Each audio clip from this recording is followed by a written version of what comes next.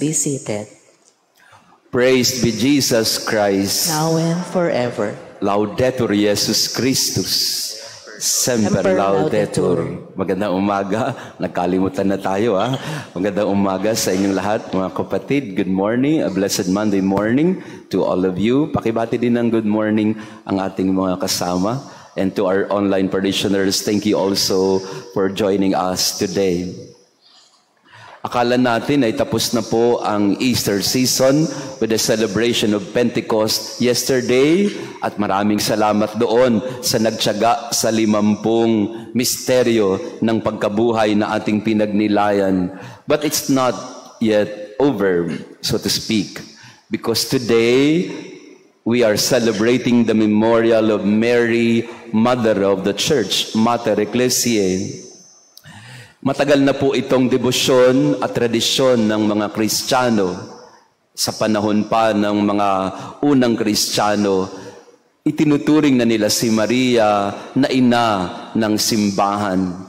But way back 2018, Pope Francis declared that the Monday after Pentecost be celebrated as the memorial of the Blessed Virgin Mary, Mother of the Church. Meron pong tatlong aspeto ang pagdiriwang na ito. Una ay kaugnay sa ating unang pagbasa, the typology of Mary as the new Eve.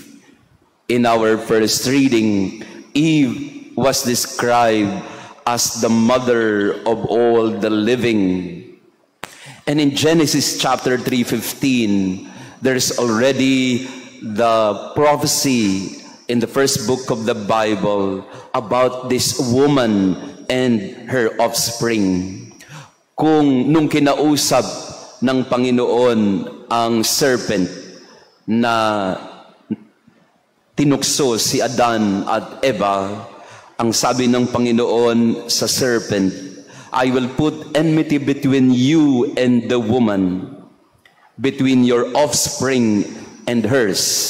He will strike at your head while you strike at his heel. The prophecy of the Messiah. Dito nagsimula ang kwento ng kaligtasan. Nung si Adan at Eva ay sumuway sa Panginoon, agad-agad pinangako ng Diyos ang manunubos sa pamamagitan ng isang babae, the new Eve. If the first Eve is the cause, so to speak, of the fall, the new Eve will become the beginning of redemption. If the old Eve or the first Eve is the mother of all the living who died, this new Eve will be the mother of all the living and who will be the mother of those who will be raised up. Ito yung unang kahulugan ng Mary as mother of the church. She is the mother of all the living, the new Eve. Ang pangalawang kahulugan ng Mary, Mother of the Church, ay ang ating ebanghelyo ngayon from John chapter 19. At the foot of the cross, Mary and John. And Jesus, in his final words, one of his last words, he entrusted Mary to John, the beloved, and John, his friend, entrusted to the Blessed Mother. At ang sabi ng Panginoon sa ating ebanghelyo, woman, behold your son, and son, behold your mother. So the second meaning of the motherhood of Mary of the church is that he is entrusted to the disciples of Jesus, represented by John.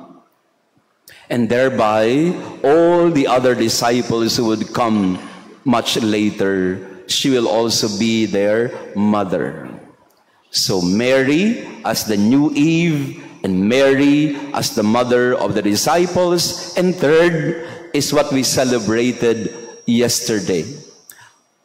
When the Holy Spirit came down upon the apostles, it was also in the presence of the Blessed Mother. Acts 1 verse 14. Mary gathered in prayer together with the disciples, and the Holy Spirit came upon them. And now she becomes the mother of the church, the newborn church. She is there to witness the outpouring of the Holy Spirit. At maganda yung parallelism na ginawa ni St. Luke, the author of the Acts of the Apostles. The beginning of the Gospel of Luke is the description of Mary, filled with the Holy Spirit. She now becomes the mother of the Son of the God Most High.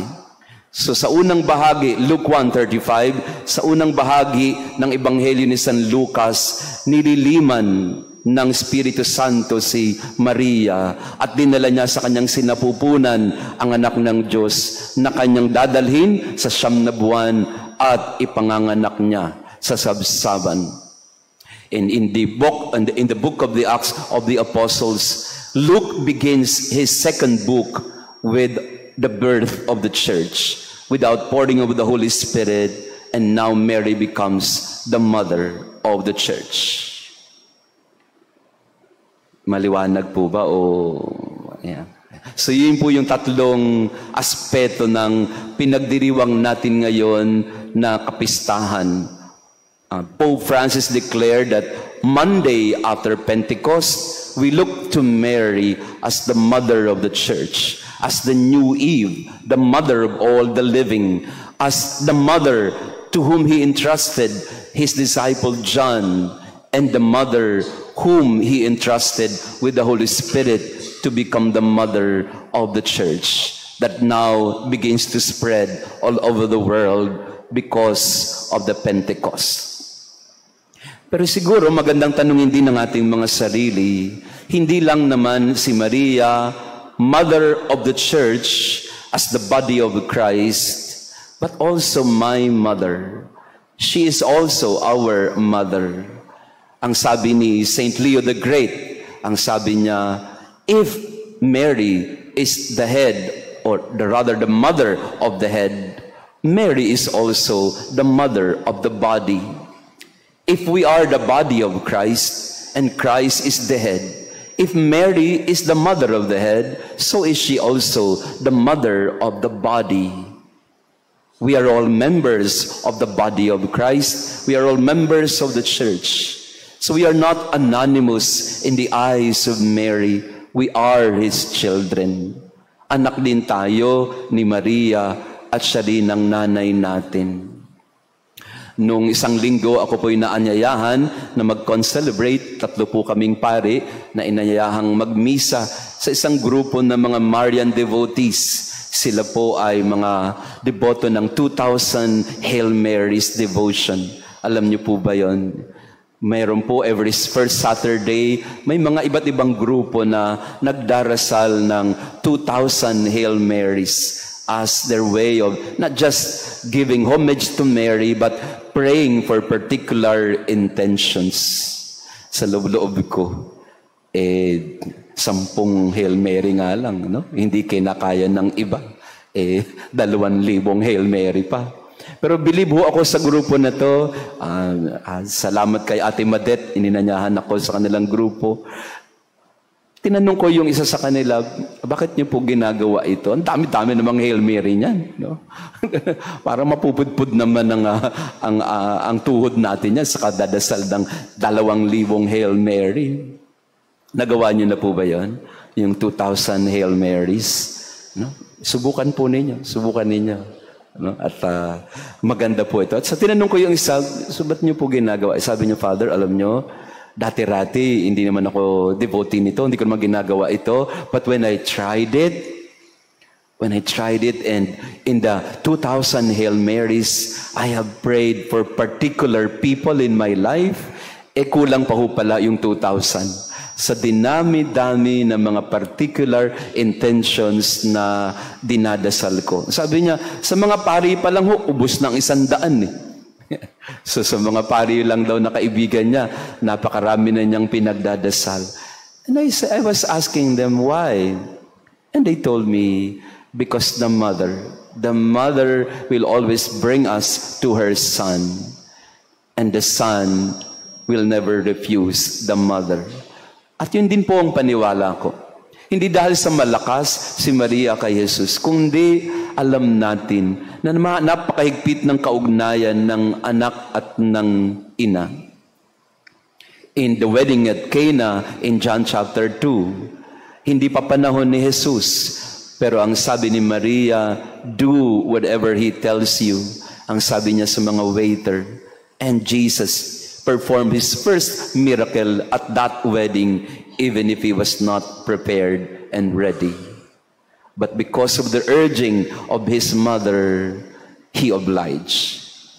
Tingin ko po sa inyo mga kapatid, na ngayon na may pinagdadaan ng mga pagsubok sa buhay, mga may karamdaman, mga nasa operating table sa oras na ito, may nagpapadasal po sa akin na, Father, at 7 a.m., ay ipapasok po sa operating table ang aking asawa for a procedure. Please pray for him. So I have him in my mind, in my prayer right now, asking the intercession of Mary, our mother, to also pray for him and for all other intentions. So yung 2,000 Hail Mary devotion, ito po yung paraan para kasabay at kasama ni Maria, ilalahad natin kay Jesus ang pangangailangan ng ating pamilya. Try it.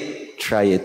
And it will do you so much good because we will also be fervent, not just in our devotion to Mary, but it will also lead us to a more fervent love for Jesus, her Son. So today, we celebrate the motherhood of Mary, not just the mother of God, but the mother of the church as well, our own mama, our own mother. So today, we ask the intercession of Mama Mary for our particular needs in the family. Praised be Jesus Christ.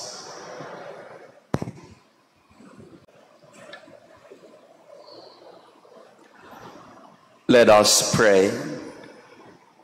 May these gifts we have consumed benefit us, O Lord, that we may always be aflame with the same spirit of the Mother of Christ, whom you wondrously poured out on your apostles, through Christ our Lord. Amen. Maraming salamat po sa inyong pagdalo sa ating banal na misa. To our online parishioners, thank you also for being with us today. Mary is our mother.